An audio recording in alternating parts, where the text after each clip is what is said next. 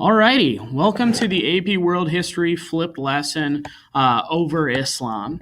Now, it's mostly because I'm going to be gone today, but I was just kind of hating to miss a lot of the material that we've been working through. Just don't want to miss a day, so to speak. So this is what we're going to do kind of as an interim period. It's a little bit of a lecture. There's going to be some questions associated with it. But just in kind of general, it's just so we can keep moving on even though I'm gone for a couple of days.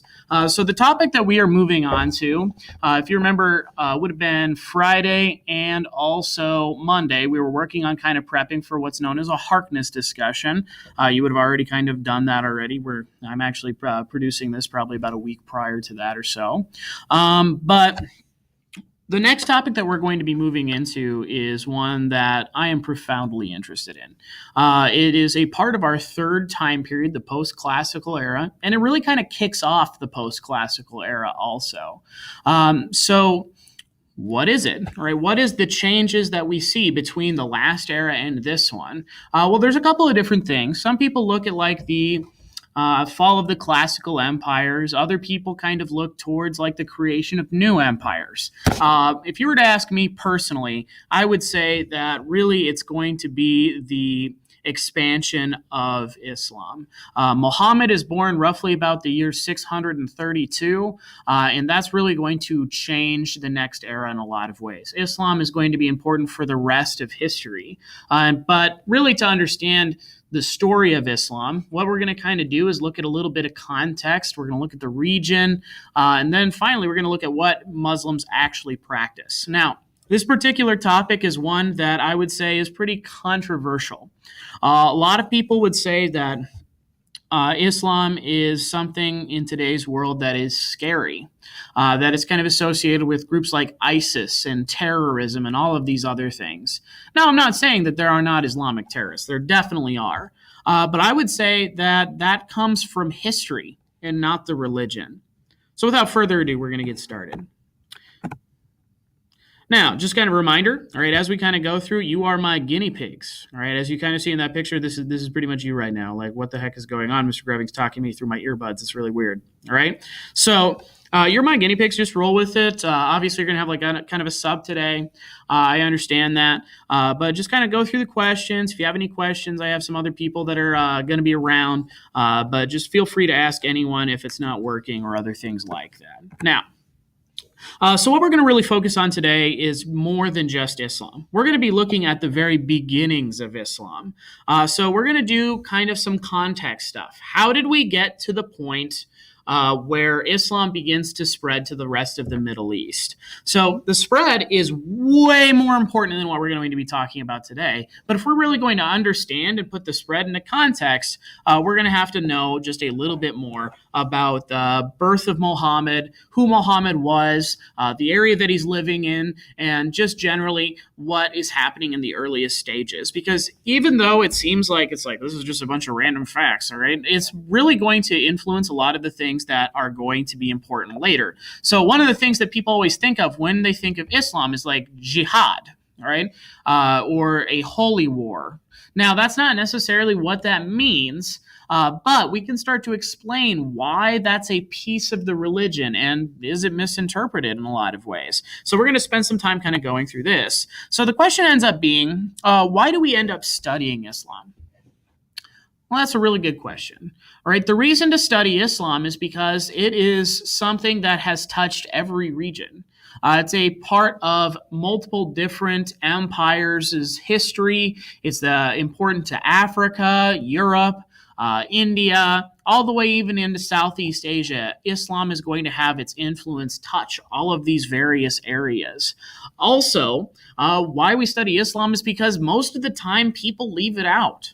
I mean, to be totally honest, think about the amount of time that you have had in class studying the religion of Islam. Yet, it is one of the things that for people probably spend a lot of time thinking about with terrorism. So if people are making decisions on Islam and most of the population knows nothing about Islam, it's really easy to kind of start putting people in boxes that they don't necessarily fit in.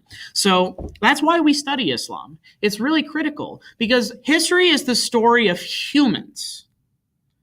not the story of particular groups of humans. So if we want to know about the human story, we got to know about Islam.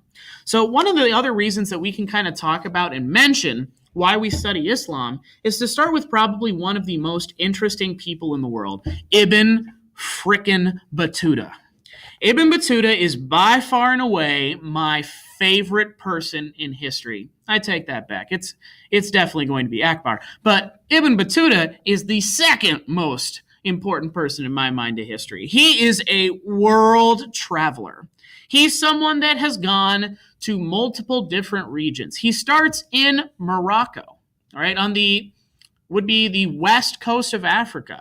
He moves his way through North Africa, into the Middle East, up into the areas where Greece and Turkey are. He moves across Iran, into India. He gets on a boat. He even is part of a shipwreck, right, that ends up putting him all the way over in the area that we kind of call Malaysia today. But why we study Islam and why Ibn Battuta is an interesting figure is all the places I just described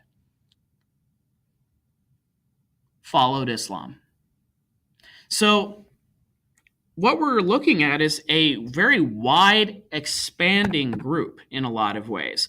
Here's a picture of his journey, by the way. All of the various pieces that he went to, all these different cities, every single one of them outside of Constantinople, all followed Islam, or at least had Muslims in them. So you see cities like in China, Guangzhou, Nanjing, all of them had small amounts of Muslims that lived in there. In fact, people who were Islamic were living in China while Muhammad was still alive, or at least at the very end of his life, meaning that in a short 40 to 50 year period, people were already expanding and moving to areas like China that were of the Islamic faith. It's one of the fastest spreading religions in all of history.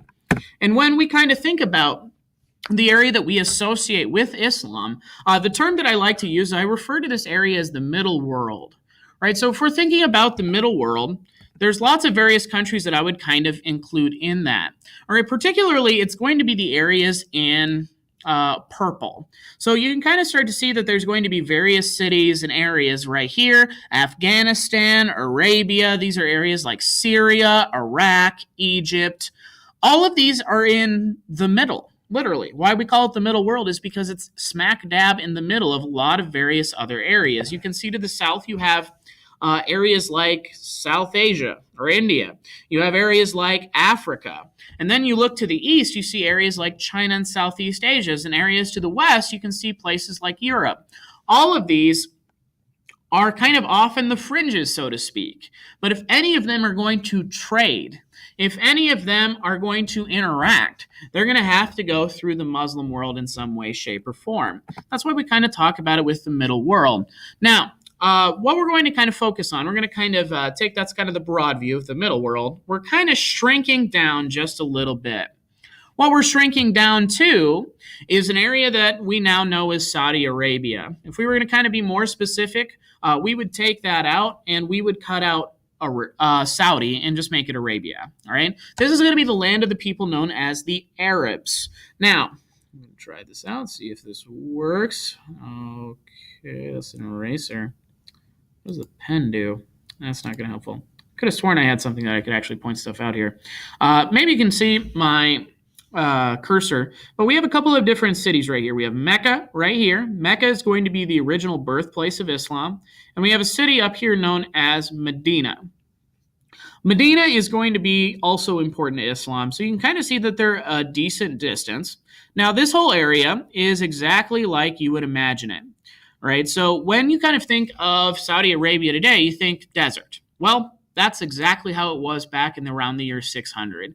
Very desert-like, very little water, very little vegetation, but people were still